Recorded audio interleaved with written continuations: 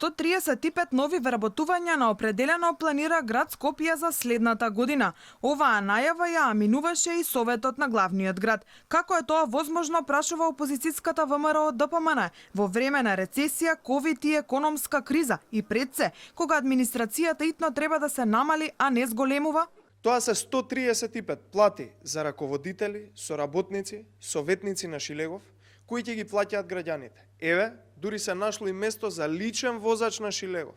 Иако градот Скопје по претходна изјава на самиот Петре Шилегов имало вработени дури 19 возачи. Сега уште еден.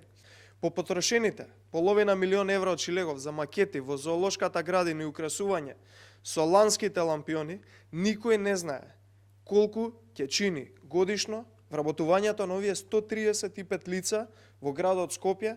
Тоа биле само планови, вели Шилегов на прашањето на Алфа. Не значело дека ќе се остварат. Конкретно за вработувањето ми беше. План за вработување и вработување се различни категории. За најавените потенцирав. План за вработување и вработување се различни категории.